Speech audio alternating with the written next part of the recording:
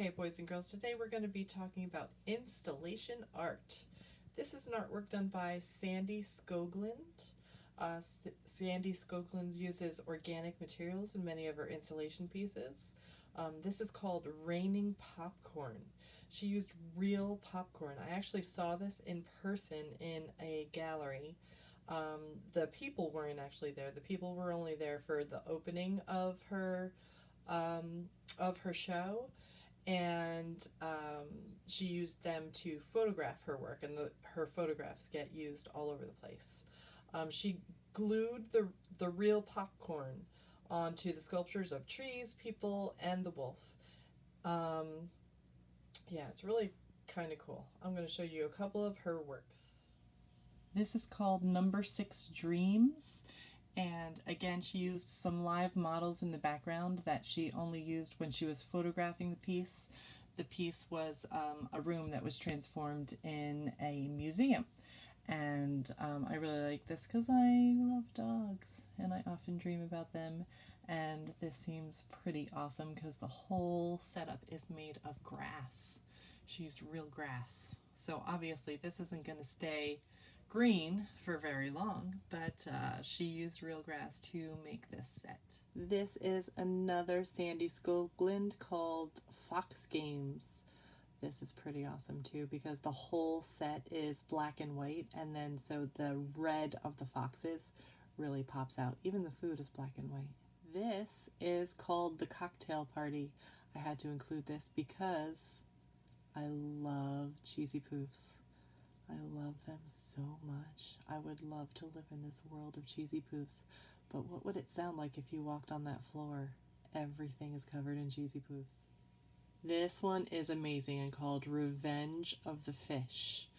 So the very reddish orange fish, goldfish, were in high contrast to the background. They're actually complementary colors of one another, which means the bluish green looks as bluish green as it could possibly be, and the reddish orange looks as reddish orange as it possibly could be.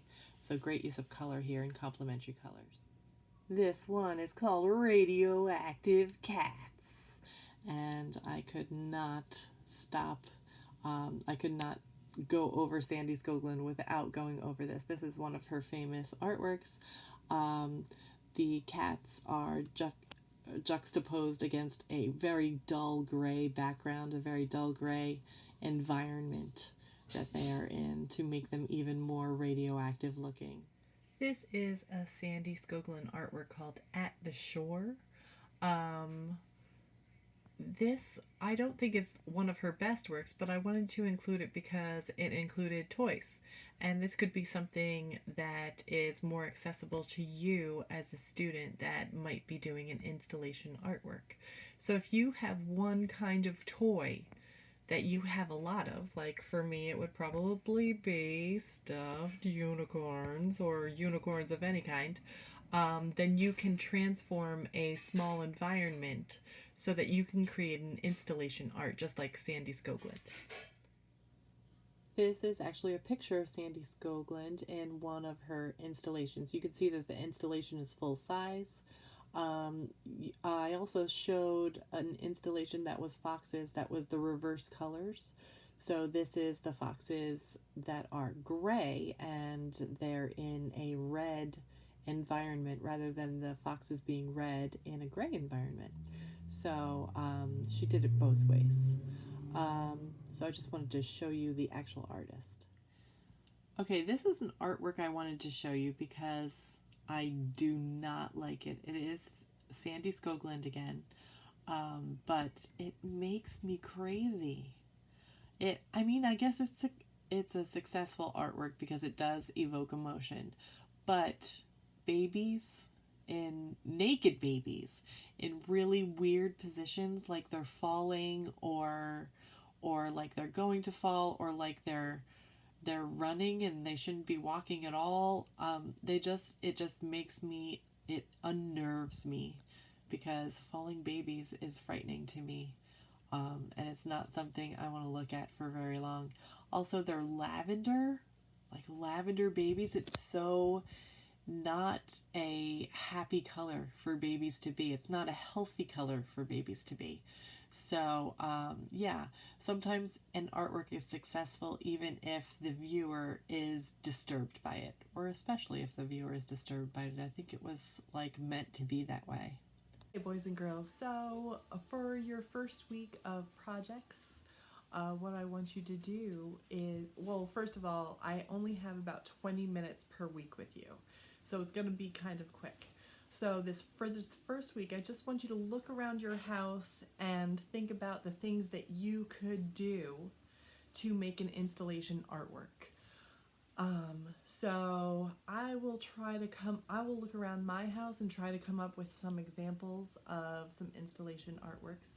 I know that my kids have lots of some certain things, so I will try to show some examples in my house. This project can also be done outside. You can gather up those little sticky balls, you can gather up some acorns, you can gather up twigs, and then you can assemble them in a way that creates an installation artwork. So you can do that outside as well. That would be fun. So yeah, I can't wait to see what kind of ideas you come up with for the final project.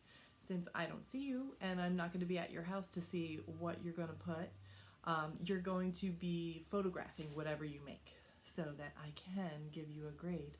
Yes, you get grades in art. So make sure to take a digital photograph of whatever you are going to, whatever you actually come up with. But this week, only brainstorming. So looking around the house, seeing what you can come up with. I will come up with some ideas myself, and I will include that on the next video so that when you actually start making things, you can be inspired by ideas. Okay, I hope you have fun with this. I hope it's a good break from your normal 2 hours of classwork every day. Okay, see you later.